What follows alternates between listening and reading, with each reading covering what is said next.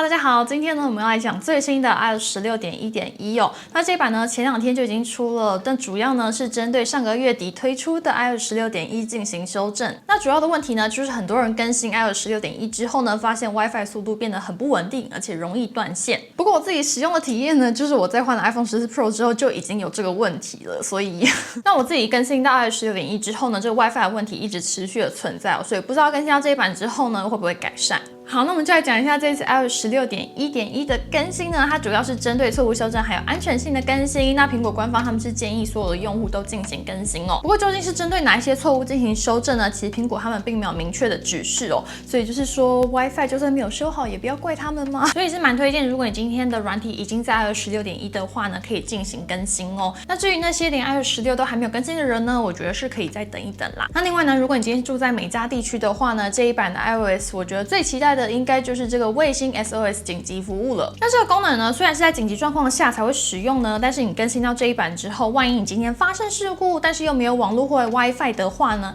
例如说你今天在沙漠中啊，或是国家公园那种完全没有收讯的地方呢，就可以用这个功能来紧急求救这样子。那据说呢，你只要是在看得到天空的地方呢，传输讯息只需要花15秒。但是如果你今天是在有遮蔽物的地方，例如说森林里啊，或是天气很差的话呢，你传送讯息则需要花1分钟。但是非常可惜的就是台湾啊，或者是美加地区以外的地方都还不能使用这个功能哦。尤其是我觉得台湾每年山难这么多，如果有这个卫星求救服务的话呢，应该帮助会蛮大的。然后最后呢，苹果他们现在也已经发布了 iOS 16.2 Beta 2的公开测试版。它这个版本下面呢，蛮特别，就是有一个自定义辅助功能模式。那这个是什么东西呢？就是可以将 WiFi 切成简易版哦，有点类似 Android 手机的长辈模式。我觉得这个功能其实蛮合理的，因为有时候手机太复杂，这些长辈或是小孩反而不太会用。而且我觉得蛮重要的是字型大小的部分，因为有时候 iPhone 它为了美感呢，它的字型并没有办法切换到非常的大，所以不知道这个版本会不会针对这个字体大小进行一些修正。另外呢 iOS 16.2也即将新增其他的新功能哦，像是锁定画面小工具将新增睡觉以及用药，还有我们之前提到的这个即时动态的功能呢，也将加入频繁更新的选项，就是你可以选择说它多久要自动更新一次这样。因为有时候如果即时动态它一直都在更新的话，可能会非常的耗电。另外呢，他们即将推出一个全新的 App 叫做 Freeform， 中文是无边际。那它里面呢，我觉得比较像是一个白板的功能，就是当大家在开会的时候呢，可以共同编辑一起画画啊或写字。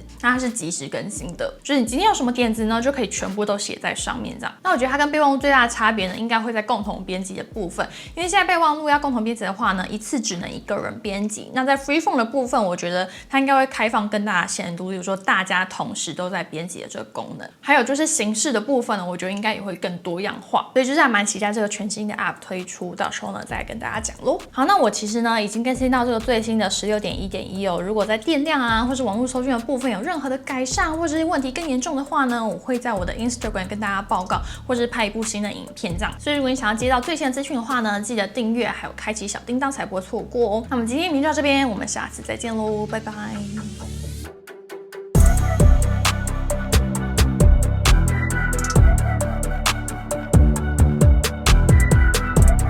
我觉得今天这部影片最难念的应该就是 iOS 16.1.1。